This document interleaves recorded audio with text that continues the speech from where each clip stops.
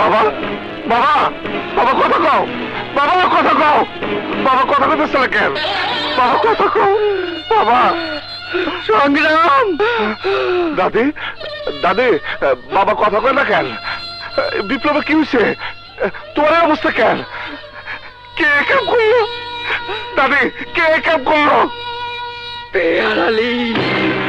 Peer Ali? সংগ্রাম, আমি চোখের সামনে আমার সন্তানের মরণ দেখছি। তুই যদি ওই পেয়ার আলীরে শেষ করতে না পার, আমি তোর মরা বাপের কসম দিলাম, তুই ওই মুখ আমারে দেখাইস না সংগ্রাম, ওই মুখ আমারে দেখাইস না।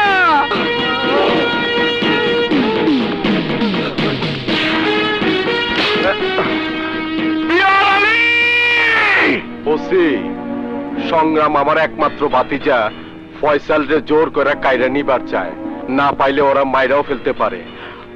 আপনি কিন্তু সাক্ষী থাকলেন। কি বলছেন? সংগ্রাম কেন ওর ভাগ্নেকে মারতে চাইবে? আরে ওসি সাহেব, আপনার কাছে আমি কোনো অভিযোগ করবার রাহি নেই, যা কইলাম হুই না খালি সাক্ষী থাকেন।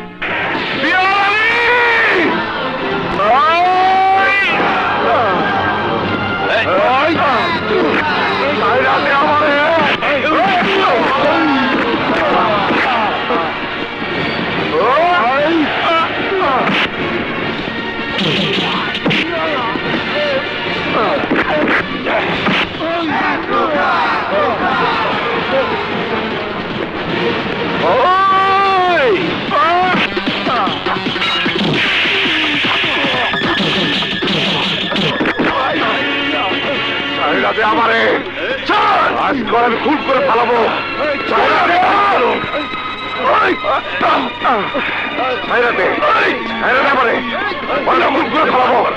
আরে আরে চেয়ে চেয়ে কি দেখছো? সংগ্রামকে জাল দিয়ে আটকাও। ভালোবাস করাবে, ভালোবাস করাবে, ছেড়ে দে।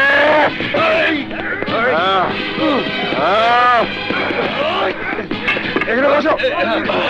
আমার কৃষ্ণা ছেড়ে দে, ছেড়ে দে বলে, ছাইরা দে। এক রকমই বাদ দাও, শান্ত হও। পেয়ার আলীকে তুমি মারতে চেয়েছিলে কেন?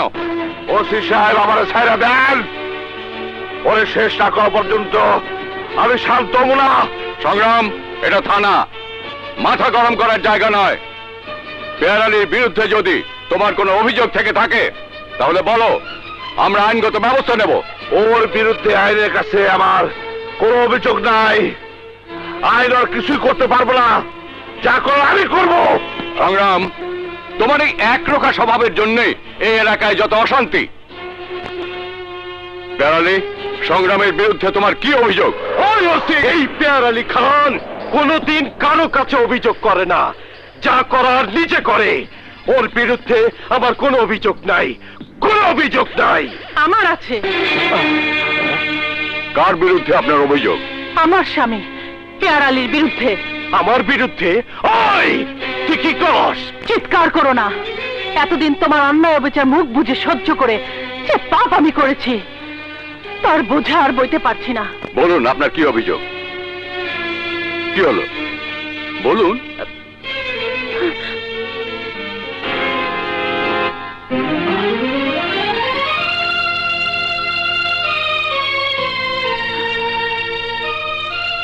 অফিসার, হ্যান্ডকাপ লাগাও।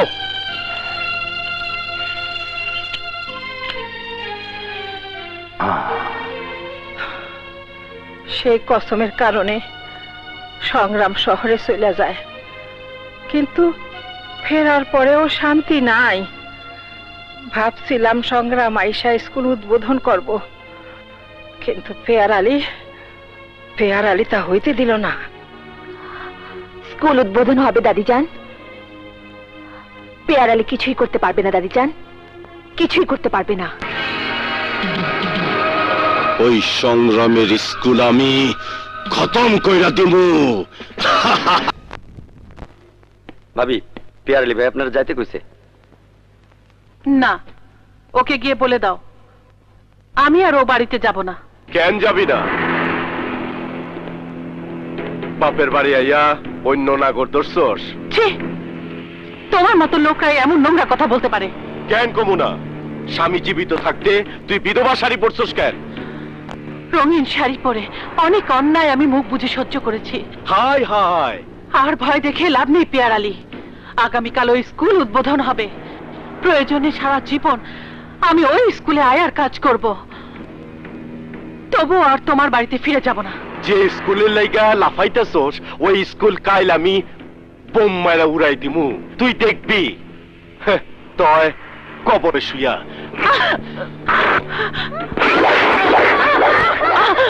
মরার আগে হই না যা। কালকা সকাল 11টায় স্কুল উদ্বোধন হইব। ফুলের তোয়ার মধ্যে বোম ফিট করে দিব, তারপরে বুম। আমার আব্বা জানরে লইয়া চল।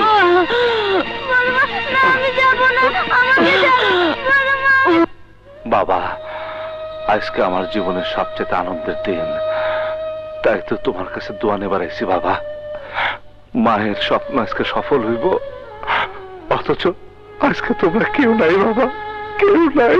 সংগ্রাম,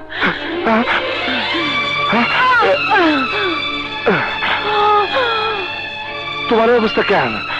তোমার এই অবস্থা কি করছে? আমার কথা চিন্তা করো না।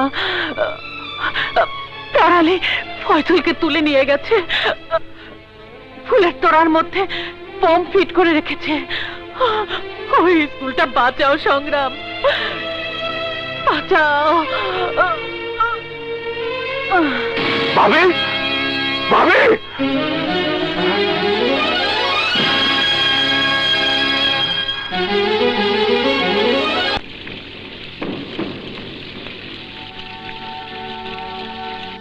উপস্থিত এলাকাবাসী, আমাদের সবার দীর্ঘদিনের স্বপ্নের স্কুল আজ প্রতিষ্ঠিত হয়েছে। এই স্কুল তৈরির পেছনে চৌধুরী পরিবারের ত্যাগের কথা আপনারা সবাই জানেন। সেই চৌধুরী পরিবারের রত্নগর্ভা মহিষী নারী আমেনা চৌধুরীকে ফুলের তোড়া দিয়ে বরণ করবে চৌধুরী পরিবারের একজন ছোট্ট মণি ফয়সাল।